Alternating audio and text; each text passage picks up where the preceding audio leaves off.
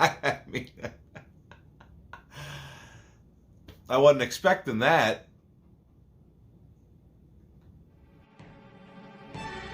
It's Drewski McGillicuddy's Cult of Chucky movie review.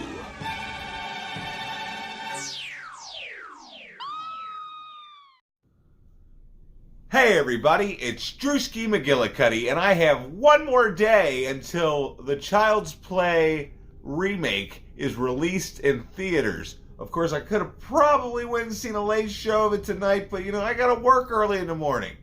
But anyway, I also had one more movie to review so that I could finish with the original Universal series, and that is Cult of Chucky from whatever year that came out. Now, I had been avoiding this movie, especially since the first time I tried to watch Curse, I didn't really get that far into it, and I gave up on it, okay? And then when I watched Curse and actually made it all the way through it, I had some mixed feelings. I was back and forth with it. There was things I liked about the movie, and then there were things I didn't like about the movie. And then I was dreading actually watching this movie because everybody I know of, except for, I can't remember, it was either Lee McCoy really liked this one and hated Curse, or Cody Leach really liked this one and hated Curse. But it was the other way around. One of them really likes Curse, and the other one really likes Cult. I don't know. I can't remember. I was gonna go back and watch their reviews before I even watched the movie, but then I decided to just get it the hell out of the way, and I watched the movie, and to my surprise, this wasn't a complete piece of shit. Right away, just starting out with Andy Barclay and the what was his name? Something Vincent. Anyway, don't worry about it. The original kid that played Andy Barclay, or Barkley, whatever the hell you want to call him, he returns. It's the same original actor from the original 2 Child's Play movies, and he hasn't done any acting since then, probably because he sticks out like a sore thumb. But they do give him some cool one-liners. It's just, I don't know. There was a part towards the end of the movie, and it was just like, just shut up, dude. Just shut up. You're. I can't even imitate it. Yeah. But don't worry about that. As we start out, you got Andy Barclay, and he's got a safe. Or, well, it starts out he's on a date, and his date finds out he has a couple of guns. And she's like, well, I can't be associated with a guy that's got a couple of guns, because I'm one of them SJW, bleeding heart liberals. No offense to anybody out there. I'm just joking. But anyway, so she says, I'm going to hit the road. And so he goes home, and he's all lonely. And it turns out his couple of guns was a whole wall safe full of guns. But then there was another safe behind a painting. And in that safe is Chucky's head. Which, this was a hell of a lot of better of an opening than Curse of Chucky. I'll tell you that. Because he takes the head out, and the effects that go into this scene, because he's basically keeping Chucky locked up in a safe and torturing him. But all the meanwhile, there's some other shit afoot. What was it? Behooved. Never mind. Don't worry about it. It's another one. I literally just finished watching the movie, and I'm trying to get my thoughts out as fast as possible, because that's just the kind of guy, that's how we do this around here. But anyway, so we go back to Nika. That's her name. Remember, I couldn't remember her name in the last movie. Well, I remember her name in this one. And there's some other side characters who I thought I was going to remember their name, but now that it's come time to remember their name, I can't remember their name, except for Mini Marco, or multiple Marcos, Michael, Larry. Anyway, there's this guy, and Nika meets him because they sent her to a minimum security hospital for the criminally insane, because she was at this maximum security because she just killed 5 people, supposedly. But now they sent her to a minimum security, and this place doesn't even have cameras. And she meets this guy, Multiple Marco, right away, and they hit it off. He finds out she has some chewing gum. He has a cigarette. She wants a cigarette, and he wants some chewing gum. But it turns out they both just want to fuck. So that's what they do. They go get, and then the way this scene is edited, I was confused at first because it goes from them switching the cigarette for the gum right into them in a stairwell just to banging each other. And you gotta wonder, she's paraplegic. She can't feel anything from the waist down. So, was she faking it? Anyway, that's neither here nor there. We're not here to talk about the scientificals of paraplegics and what and what not they can't feel or whatever have you. But the scene, literally goes directly, and all of a sudden they're in this session with the doctor, and it made me feel like this Asian bitch, we'll refer to as the Asian bitch, she made it seem to me like she busted these two in the middle of their sesh. You know what I'm saying? She busted them, but then it turns out they were just having a session. I just thought it was weird the way they transitioned the scenes. Other than that, the directing in this movie is pretty damn good. The shots, there's some artistic shots that are nothing you've seen in this entire franchise, which is I wouldn't say it's a negative, but a mixed aspect, because just like I said with the last one, this does not have the Child's Play tone at all. It has its own new tone. The first three movies have their set atmosphere, tone, whatever you want to call it. And then when Bride of Chucky came out, it had its own specific tone. It had that modern 2000s whatever, because it was a product of its time. And then Seed, who knows what the fuck happened there. But then when they came out with Curse, it was it's not like it's devoid of atmosphere. There was overabundance of atmosphere in Curse. It's just none of it felt like the atmosphere in the original trilogy.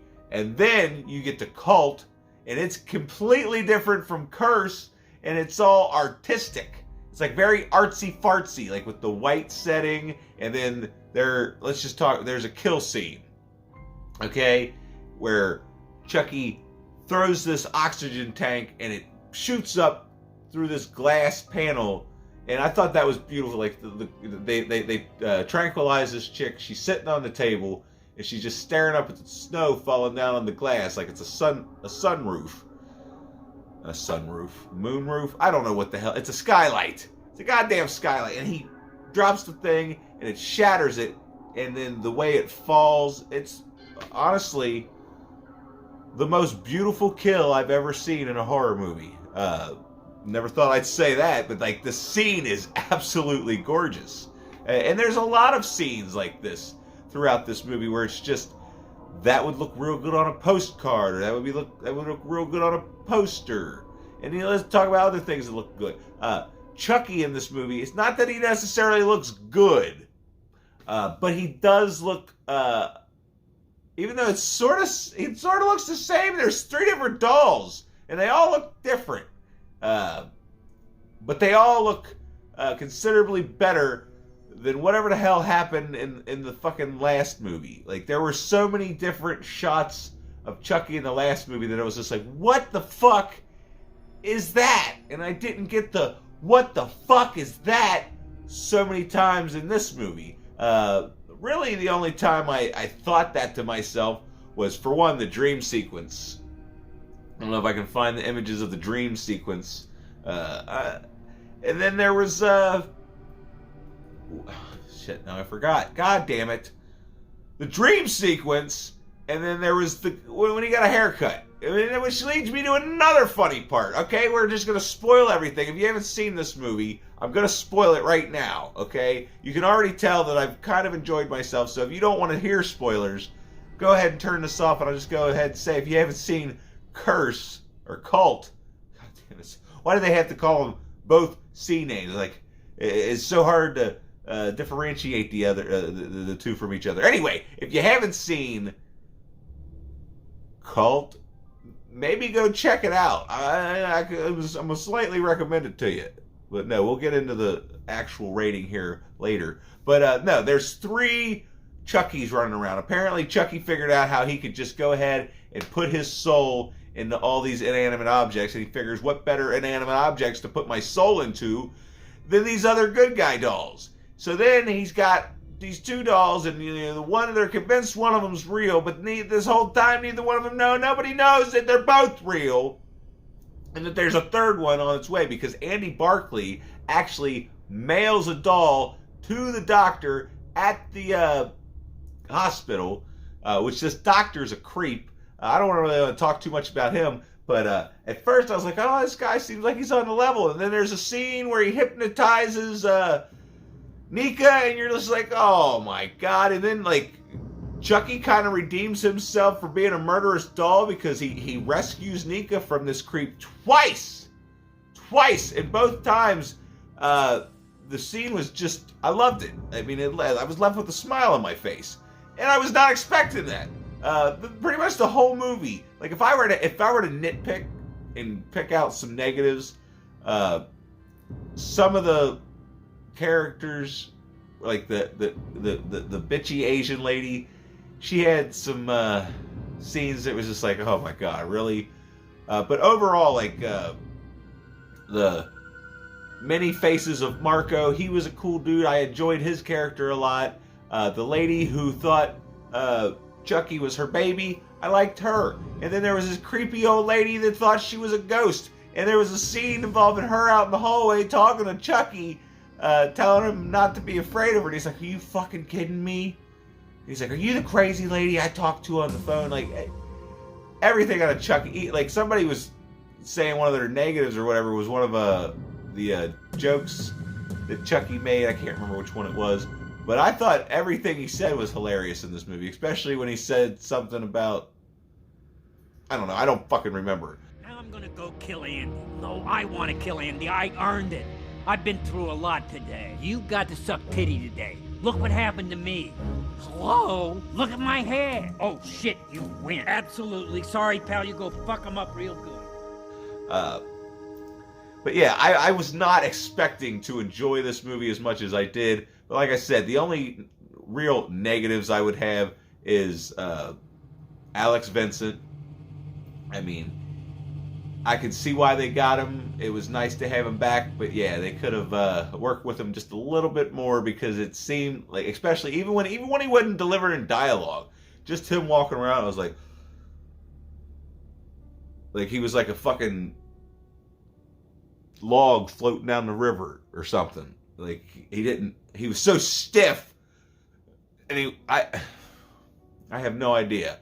And then Jennifer Tilly, God love her, she's just absolutely fucking terrible. And I get it. Like, her thing is sneaking up behind people and slitting their throat, but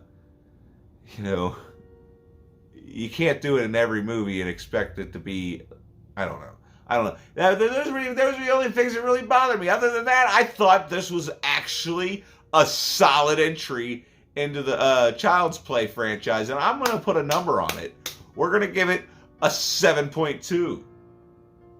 Yeah, I don't know why I just decided to do a 7.2, but I remembered I gave Halloween like a 7, but I lied, because Halloween's more like a 6.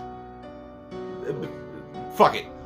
This was better than Halloween 2018. Since everybody over in fucking Killer Flicks wants to start running off at the mouth about, oh my god, you're gonna film Halloween 2 in the fall, or oh my god, I hope they don't call Halloween 2 Halloween 2. Oh my god, do you think Michael Myers will end up being Laurie Strode's brother in Halloween 2? Shut the fuck up, alright? You made me do, you sons of bitches.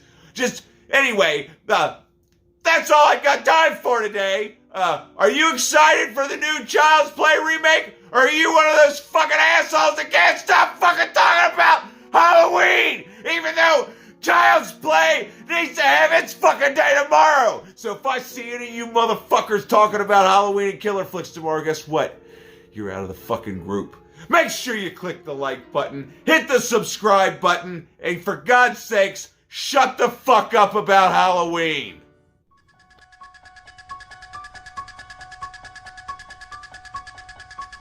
The fuck did I just say?